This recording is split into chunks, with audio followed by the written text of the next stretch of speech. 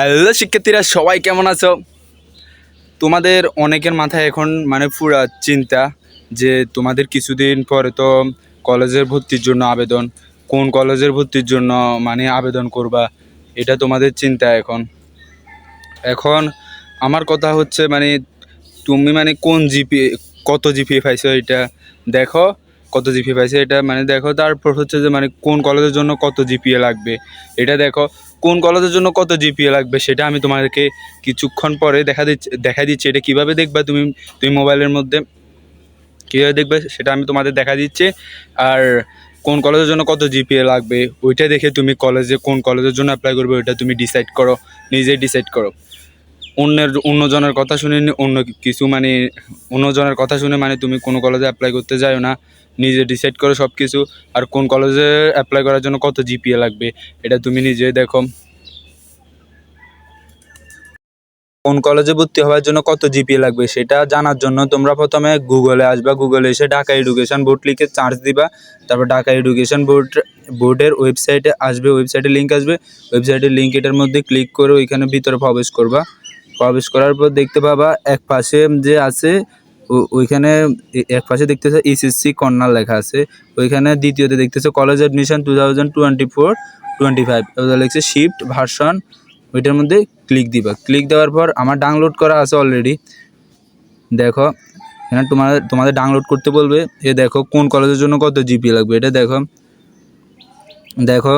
কোন কলেজের জন্য কত জিপিএ লাগবে, মিনিমাম জিপিএগুলো দেখো তুমি।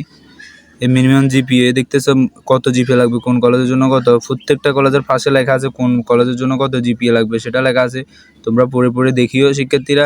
আর তোমার কোন কলেজের কত জিপিএ লাগবে, তোমার পছন্দের কলেজের কত জিপিএ লাগবে সেটা জানার জন্য তুমি এখানে সার্চ বারে কলেজটার নাম লিখবা। কলেজটার নাম লিখলে মনে করো চলে আসবে।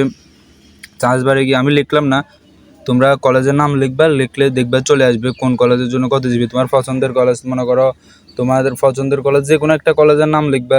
তোমার পছন্দের যে কলেজে মনে করো তুমি অ্যাপ্লাই করতে চাচ্ছ ওই কলেজের নাম লিখলে চলে আসবে যে ওই কলেজে অ্যাপ্লাই করার জন্য কত জিপিএ লাগবে, ওইটা চলে আসবে। ওইটা তুমি দেখতে পারবা শিক্ষার্থী। তো এগুলা স্ক্রল করে তুমি দেখিও শিক্ষার্থীরা। সব কলেজের এখানে মিনিমাম জিপিএ আছে, কত পয়েন্ট লাগবে, কত জিপিএ লাগবে অ্যাপ্লাই করার জন্য। এখন মনে করো একটা কলেজে মনে করো অ্যাপ্লাই করার জন্য বিজনেস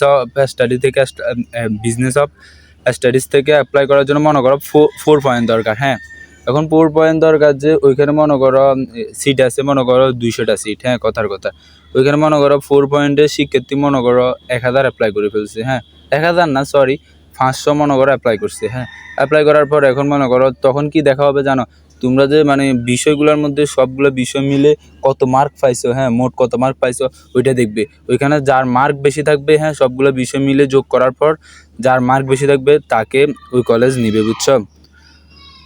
তো ভিডিওটা এই পর্যন্ত। আমি কোন ভিডিওর মধ্যে কোনো কিছু যদি বুঝতে প্রবলেম হয় কমেন্টে জানাও, আমি তোমাদের বুঝাই বলবো।